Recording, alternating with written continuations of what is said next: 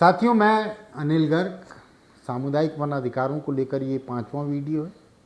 और ये सामुदायिक वन अधिकार जो हैं, मैं उन अधिकारों की बात कर रहा हूँ जो राजस्व अभिलेखों में 1910 से लगातार दर्ज रहे हैं, जिन्हें वन विभाग ने भारतीय वन अधिनियम 1927 की धारा 4 में अधिसूचित कर लिया है, जिनकी धारा 5 से 19 की लंबित जांच के बाद भी इन संसाधनों को वर्किंग प्लान में दर्ज कर लिया है, जिन संसाधनों को देश की सर्वोच्च अदालत ने 1996 में वन भूमि आदेशित कर दिया है। मैं सिर्फ उन संसाधनों पर वन अधिकार कानून की धारा 3(1) के तहत सामुदायिक वन अधिकारों की आपसे चर्चा कर रहा हूँ। साथियों, इसका दावा फार्म ऑनलाइन भी है और इसका दावा फार्म कानून की पुस्तक में भी है। अगर आपके पास ये दावा फार्म नहीं हो सामुदायिक वन अधिकारों का, तो आप मेरे मोबाइल नंबर पर मुझे संपर्क करें। मेरा नंबर है 9425636979। आप मेरे से संपर्क करेंगे, मुझे व्हाट्सएप नंबर देंगे तो मैं आपको वो दावा फार्म प्रेषित कर दूंगा। इस दावा फार्म को बहुत आसानी से भरा जा सकता है। इस दावा फार्म में दावेदारों का, जिनका भी आप हस्ताक्षर करवा सकते हो गांव के, सबका नाम लिखिए। सबका नहीं, 5 लोगों का नाम लिखिए। इस दावा फार्म में समाज के अधिकारों को लेकर आप लिखिए कि जो अधिकार हमारे मिसल बंदोबस्त, निस्तार पत्रक, अधिकार अभिलेख और खसरा पंजी में दर्ज हैं, छोटे बड़े झाड़ के जंगल मत की ज़मीन या धारा 4 में अधिसूचित ज़मीनों पर वो अधिकार हमें ग्राम सभा को यथावत दिए जाएं। इस दावा फार्म में साक्ष्य का भी एक कॉलम है कि आपके पास साक्ष्य क्या है। तो उस साक्ष्य में लिखिए जिला अभिलेखागार में उपलब्ध मिसल बंदोबस्त, निस्तार पत्रक, अधिकार अभिलेख और खसरा पंजी, ये हमारे साक्ष्य हैं। ये दावा फार्म भरकर ग्राम पंचायत के सचिव को दीजिए। सचिव से इसकी पावती लीजिए और पावती लेने के बाद सचिव से, सरपंच से कहिए कि इसको ग्राम सभा में प्रस्तुत किया जाए। और ग्राम सभा में प्रस्तुत कर बहुत स्पष्ट रूप से प्रस्ताव लीजिए कि हमारे राजस्व गांव के मिसल बंदोबस्त, निस्तार पत्रक, अधिकार अभिलेख, खसरा पंजी में जो भी संसाधन सार्वजनिक और निस्तारी प्रयोजनों के लिए दर्ज हैं, जिन संसाधनों को वन भूमि मान लिया गया है, जो संसाधन वन विभाग ने वर्किंग प्लान में दर्ज कर लिए हैं, इन संसाधनों पर यथावत प्रचलित और दर्ज अधिकार सामुदायिक वन अधिकार के रूप में ग्राम सभा को प्रदान किए जाएं।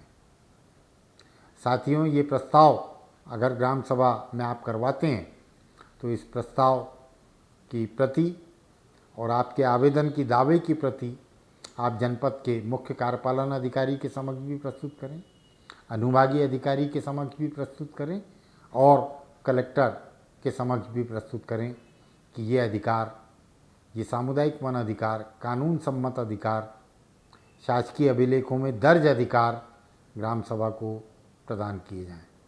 इन अधिकारों का सामुदायिक दावा मान्य होने के बाद इन अधिकारों के प्रबंधन के लिए वन अधिकार कानून के तहत ही ग्राम सभा अपनी समिति बना सकती है और उस समिति के अनुसार वह समिति इन संसाधनों का प्रबंधन कैसे करना है, इनका नियंत्रण कैसे करना है, इनका उपयोग कैसे होगा और इनका विकास कैसे होगा, इसकी सबकी योजना बनाएगी। वह योजना ग्राम सभा में मान्य होगी, पारित होगी और इस प्रबंधन के संदर्भ में जो भी प्रावधान वन अधिकार कानून में दिए हैं उसका पालन सुनिश्चित होगा। इन संसाधनों के नियंत्रण, प्रबंधन और अधिकारों को लेकर भू राजस्व संहिता के तहत बाकायदा नियम अधिसूचित हुए हैं। जैसे तालाब में मछली पकड़ने के नियम हैं, वो भी अधिसूचित हैं। और इसी तरीके से इन ज़मीनों पर जो जंगलों से आपको कोई वनोपज लाना है, उसके भी नियम अधिसूचित हैं।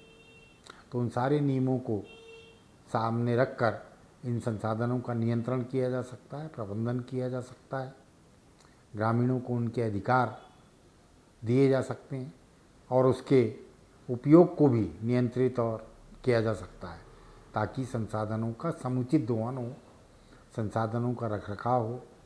और यह अगर होता है तो हम उस स्थिति में पहुंचेंगे जब गांव का संसाधन था, गांव के लिए था, गांव वालों के नियंत्रण और प्रबंधन में था, जिसे पर उसके संपूर्ण अधिकार थे, जिन्हें धीरे धीरे आज़ादी के बाद छीना जाकर अपराध मान लिया गया। और यही वजह है कि शासकीय प्रवृत्तियों की वजह से ग्रामीण इन संसाधनों से दूर हटे हैं। इनकी सुरक्षा संरक्षण के प्रति उनका उपेक्षापूर्ण व्यवहार सामने आया है।